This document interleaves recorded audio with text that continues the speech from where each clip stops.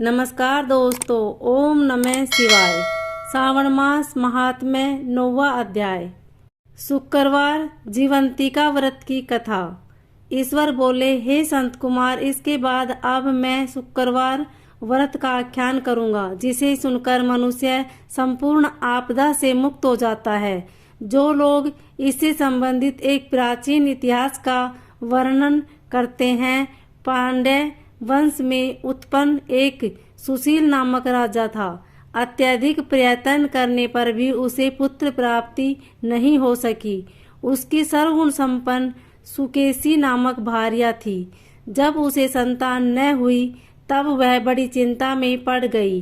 तब स्त्री स्वभाव के कारण अति साहस युक्त मन वाली उसने मासिक धर्म के समय प्रत्येक महीने में वस्त्र के टुकड़ों को अपने उदर पर बांधकर उदर को बड़ा बना लिया और अपनी प्रसूति का अनुकरण करने वाली किसी अन्य गर्भिणी स्त्री को ढूंढने लगी।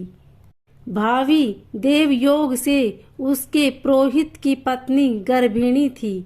तब कपट करने वाली राजा की पत्नी ने किसी प्रसव कराने वाली को इस कार्य में लगा दिया और उसे एकांत में बहुत धन देकर वह रानी चली गई।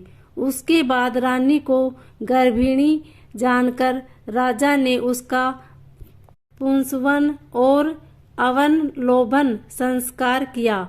8वां महीना होने पर सीमंतोन्नयन संस्कार के समय राजा अत्यंत हर्षित हुए।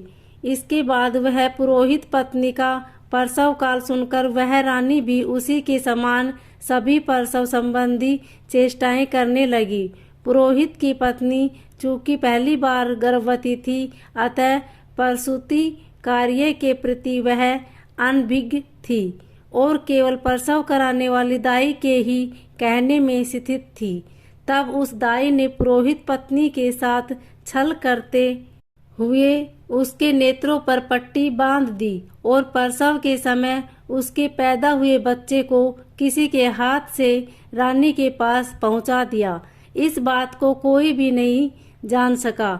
उसके बाद रानी ने उस पुत्र को लेकर यह घोषित कर दिया कि मुझे पुत्र रत्न की प्राप्ति हुई है। इन सब के बाद दाई ने पुरोहित की पत्नी की आंखों की पट्टी खोल दी। दाई अपने 7 मास का एक पिंड लाई थी और उसने वह उसे दिखा दिया। फिर उसके सामने आश्चर्य तथा दुख प्रकट करने लगी कि यह कैसा अनिष्ट हो गया और कहने लगी कि अपने पुरोहित पति से इसकी शांति जरूर करवा लेना। कहने लगी कि संतान नहीं हुई, कोई बात नहीं, पर तुम जीवित हो, यह अच्छी बात है।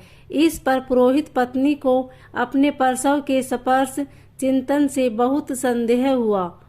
ईश्वर बोले, राजा ने पुत्र जन्म का समाचार सुन जात कर्म संस्कार कराया और ब्राह्मणों को हाथी, घोड़े तथा रथ आदि पर राजा ने कारागार में पड़े सभी कैदियों को प्रसन्नतापूर्वक मुक्त करा दिया। उसके बाद राजा ने सूतक के अंत में नामकरण तथा अन्य सभी संस्कार किए। उन्होंने पुत्र का नाम प्रियव्रत रखा। हे संत कुमार, श्रावण मास के आने पर पुरोहित की पत्नी ने शुक्रवार के दिन भक्ति पूर्वक देवी जीवंतिका का पूजन किया। दीवार पर अनेक बालकों सहित देवी जीवंतिका की मूर्ति लिखकर पुष्प तथा माला से उनकी पूजा करके गोधूम की पीठी के बनाए गए 5 दीपक उसके मुख उसने जलाए और स्वयं भी गोधूम का चूर्ण भक्षण किया और उनकी मूर्ति पर चावल फेंका और कहा, हे जीवंती, हे करुणान्वे, जहाँ भी मेरी पुत्र विद्यमान हो, आप उसकी रक्षा करना। यह प्रार्थना करके उसने कथा सुनकर यथाविधि नमस्कार किया। तब जीवंतिका की कृपा से वह बालक दीर्घायु हो गया और वे देवी उनकी माता की श्रद्धा भक्ति के कारण दिन रात उस बालक की रक्षा करने लगी। इस प्रकार कुछ समय बीतने पर राजा की मृत्यु हो गई। तब पितृभक्त उनके पुत्र ने उनकी परलौकिक क्रिया संपन्न की। इसके बाद मंत्रियों तथा पुरोहित ने प्रिय व्रत को राज्य पर अभिषिक्त किया। तब कुछ वर्षों तक प्रजा का पालन करके तथा राज्य भोग कर वह पितरों के ऋण मुक्ति के लिए गया जाने की तैयारी करने लगा। राज्य का भार वृद्ध मंत्रियों पर भक्तिपूर्वक सौंपकर और स्वयं के राजा होने का भाव त्याग कर उसने कार्तिक का भेष धारण कर लिया और गया के लिए प्रस्थान किया। मार्ग में किसी नगर में किसी गृहस्थ के घर में उन्होंने निवास किया। उस समय उस गृहस्थ की पत्नी को प्रसव हुआ था। उसके पहले षष्ठी देवी ने उसके 5 पुत्रों को उत्पन्न होने के 5वें दिन मार दिया था। यह राजा भी उस समय 5वें दिन ही वहां गया हुआ था। रात में राजा के सो जाने पर उस बच्चे को ले जाने के लिए षष्ठी देवी आई। जीवंतिका देवी ने उस षष्ठी देवी को यह कहकर रोका कि राजा को लांघकर मत जाओ। तब जीवंतिका के रोकने पर वह षष्ठी जैसे आई थी वह वैसे ही चली गई। इस प्रकार उस गृह स्वामी ने उस बालक को 5वें दिन जीवित रूप में प्राप्त किया। ये लोग इतने प्रभाव वाले हैं, यह देखकर उस गृहस्थ ने राजा से प्रार्थना की, हे राजन, आपका निवास आज के लिए मेरे ही घर में हो। हे प्रभु, आपकी कृपा से मेरा यह छठा पुत्र जीवित रह गया है। इसके इस प्रकार प्रार्थना करने पर करुणानिधि उस राजा ने कहा कि मुझे तो गया जाना है। तब राजा गया के लिए प्रस्थान कर गए।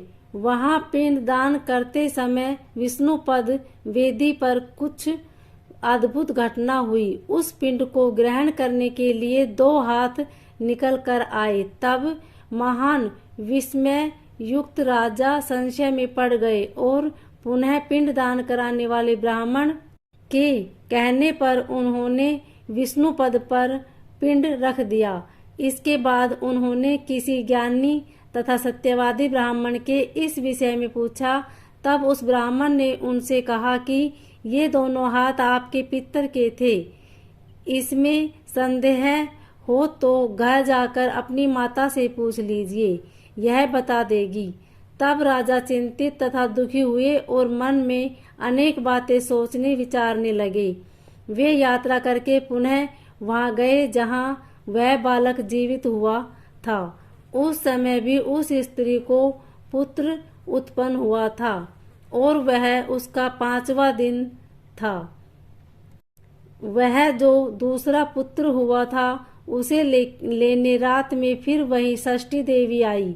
तब जीवंतिका के दोबारा रोके जाने पर उस षष्ठी देवी ने उनसे कहा, इसका ऐसा क्या कृत्य है अथवा क्या इसका व्रत करती है जो तुम रात दिन इसकी रक्षा करती हो। तब षष्ठी का यह वचन सुनकर जीवंतिका ने धीरे से मुस्कुराकर इसका सारा कारण बताया। उस समय राजा शयन का बहाना बनाकर वास्तविकता जानने के लिए जाग रहा था। अतः उन्होंने जीवंती और षष्ठी दोनों की बातचीत सुन ली। जीवंती ने कहा, हे षष्ठी, श्रावण मास में शुक्रवार को इसकी माता मेरे पूजन में रत रहती है और व्रत के संपूर्ण नियम का पालन करती है। वह सब मैं आपको बताती हूँ। वह हरे रंग का वस्त्र तथा कंचुकी नहीं पहनती और हाथ में उस रंग की चूड़ी भी नहीं धारण करती। वह चावल के धोने के जल को कभी नहीं लांघती, हरे पत्तों के मंडप के नीचे नहीं जाती और हरे वर्ण का होने के कारण करेले का साग भी वह नहीं खाती है। यह सब वह मेरी प्रसन्नता के लिए करती है। मैं उसके पुत्र को किसी को मारने नहीं दूंगी। यह सब सुनकर राजा प्रियव्रत अपने नगर को चले गए। उनके देश के सभी नागरिक स्वागत के लिए आए।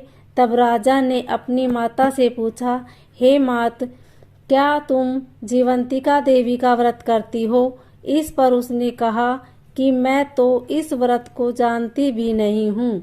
उसके बाद राजा ने गया यात्रा का समुचित फल प्राप्त करने के लिए ब्राह्मणों तथा सुहासिनी स्त्रियों को भोजन कराने की इच्छा से उन्हें निमंत्रित किया और व्रत की परीक्षा लेने के लिए सुहासिनियों को वस्त्र, कंचुकी तथा कंकण भेजकर कहलाया कि आप सभी को भोजन के लिए राजभवन में आना है। तब पुरोहित की पत्नी ने दूत से कहा कि मैं हरे रंग की कोई भी वस्तु कभी ग्रहण नहीं करती। राजा के पास आकर दूत ने उसके द्वारा कही गई बात राजा को बता दी। तब राजा ने उसके लिए सभी रक्त वर्ण के शुभ परिधान भेजे। यह सब धारण करके वह पुरोहित पत्नी भी राजभवन में आई। राजभवन में पूर्वी द्वार पर चावलों के धोने का जल पड़ा देखकर और वह हरे रंग का मंडप देखकर वह दूसरे द्वार से गई। तब राजा ने पुरोहित की पत्नी को प्रणाम करके इस नियम का संपूर्ण कारण पूछा। इस पर उसने उसका कारण शुक्रवार का व्रत बताया। उस प्रियव्रत को देखकर उसके दोनों स्तनों में से बहुत दूध निकलने लगा। दोनों पक्ष स्थलों से उस राजा को दुग्ध की धाराओं से पूर्ण रूप से सिंचित कर दिया। तब गया में विष्णुपदी पर निकले दोनों हाथों जीवंतिका तथा षष्ठी दोनों देवियों के वार्तालाप तथा पुरोहित पत्नी के स्तनों से दूध निकलने के द्वारा राजा को विश्वास हो गया कि मैं इसी का पुत्र हूँ। इसके बाद पालन पोषण करने वाली माता के पास जाकर विनम्रता पूर्वक उन्होंने कहा, हे मात, डरो मत, मेरे जन्म का वृत्तांत सत्य सत्य बता दो। यह सुनकर सुंदर केशों वाली रानी ने सब कुछ सच सच बता दिया। तब प्रसन्न होकर उन्होंने जन्म देने वाले अपने माता पिता को नमस्कार किया और संपत्ति से वृद्धि को प्राप्त कराया। वे दोनों भी परम आनंदित हुए। एक दिन राजा प्रियव्रत ने देवी जीवंती से प्रार्थना की, हे जीवंती, मेरे पिता तो ये हैं, तो फिर गया में वे दोनों हाथ कैसे निकल आए थे? तब देवी ने सौपन में आकर संशय का नाश करने वाला वाक्य कहा, हे प्रियव्रत, मैंने तुम्हारे विश्वास दिलाने के लिए यह माया की थी, इसमें संदेह नहीं है। हे संत कुमार, यह सब मैंने आपको बता दिया। श्रावण मास में शुक्रवार के दिन इस व्रत का अनुष्ठान करके मनुष्य सभी मनोरथों को प्राप्त कर लेता है। इस प्रकार श्री स्कंद पुराण के अंतर्गत ईश्वर सनत कुमार संवाद में श्रावण मास महात्म्य में शुक्रवार जीवंतिका व्रत कथन नामक 9वां अध्याय पूर्ण हुआ। ओम नमः शिवाय।